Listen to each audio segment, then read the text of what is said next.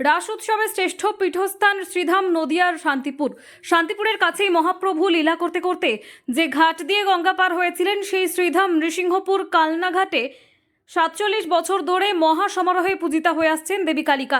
নদিয়ার শান্তিপুর ব্লকের হরিপুর অঞ্চলের নৃসিংহপুর এলাকায় এই বিশাল মাতৃমূর্তির পুজো অনুষ্ঠিত হয়। এই পুজো এবং মেলার আয়োজন করে আমরা সকলে ক্লাব।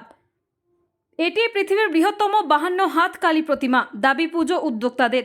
দেবীর পূজার সঙ্গে চলে 10 দিন ব্যাপী ইন্দিরা গান্ধী গ্রামীণ মেলা। 10 দিন ধরে চলে বিভিন্ন সাংস্কৃতিক অনুষ্ঠান, যাত্রাপালা এবং সাধুদের শান্তিযজ্ঞ। পুজো উদ্যোক্তারা জানাচ্ছেন ৪৭ বছর ধরে পূজিত হয়ে আসছেন এই কালী মাতা। পৌষ মাসে সংক্রান্তিতে শুরু হয় দেবীর পূজার্চনা। টানা 10 দিন ধরে চলে দেবীর নিত্য পুজো এবং ইন্দিরা গান্ধী গ্রামীণ মেলা। দীর্ঘ 2 বছর করোনা আবহে সেভাবে মহা সমারোহে পুজো তারা করে উঠতে পারেননি, তবে এবার একেবারে মহা সমারোহে পুজোর আয়োজন করা হয়েছে।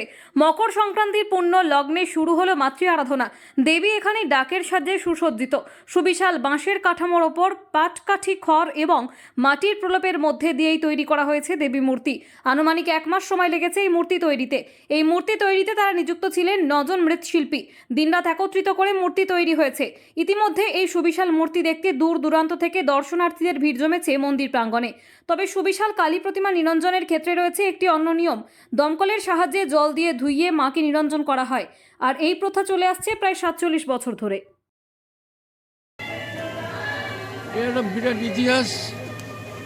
আমাদের যারা নাকি পুজোটা প্রতিষ্ঠিত করে গেছে, প্রতিষ্ঠিত যারা ছিল তাদের ভিতরে অনেকেই এখন নেই। কিন্তু সর্বোপরি প্রথমে বলতে হয় কৃষ্ণ মণ্ডলের নাম।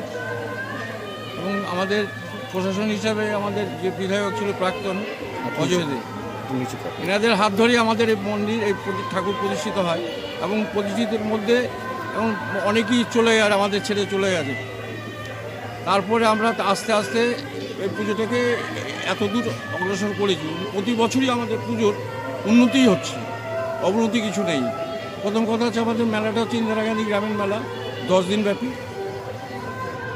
আর আমরা এমন এলাকার ব্যবসায়ী যারা আছে তাদের সহযোগিতায় আমাদের মেলাটা। এই যে প্রতিমা কত হাত? 52 হাত ছিল, এখন মনে হয় একটু কমে গেছে। তা পরিচিত কি 52 হাত নামেই? হ্যাঁ, 52 হাত নামেই পরিচিত। এবং আচ্ছা, 52 হাত তাদের বেশিও ছিল। প্রথম যখন আমাদের মানে প্যান্ডেল করে আমরা যখন পুজো করতাম তখন 52 হাতের উপরে ছিল। এখন আস্তে আস্তে প্রাকৃতিক বিপর্যয়ের জন্য আমরা আস্তে আস্তে ছোট করে দিচ্ছি।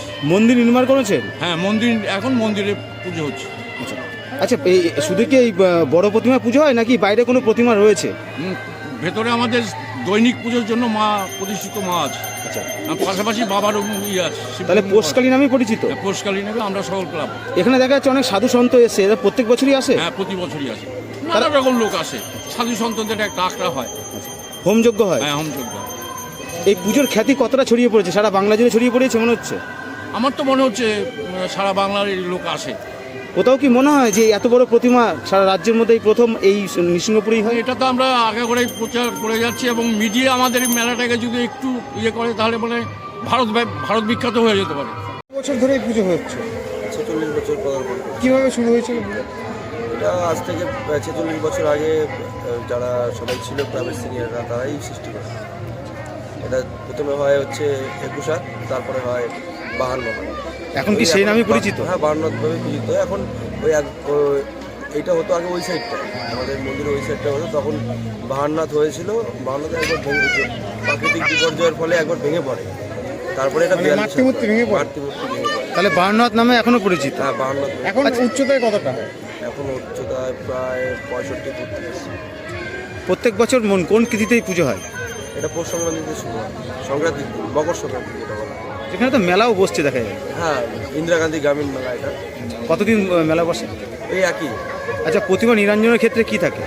নিরঞ্জনের ক্ষেত্রে বাদ্যযন্ত্র দিয়ে নিরঞ্জন করা হয় মাকে, আর দমকল দিয়ে মাকে বিসর্জন দেওয়া হয়। আচ্ছা, পাশেই তো ভাগীরথী নদী, ওপরে বর্ধমান। হ্যাঁ, তো এই যে নদী ভাগীরথী নদীর সাথে এই পুজোর একটা পরম্পরাতে যোগ সাজে শুরু হয়েছে। কীভাবে সেই পুজো সূত্রপাত?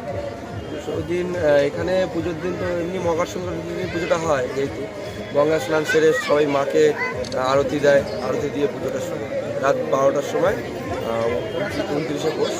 আর এবারের থেকে শুরু হয়। কত মানুষের সমাগম হয় এই পুজো দেখার জন্য? পার ডে 60-70 হাজার।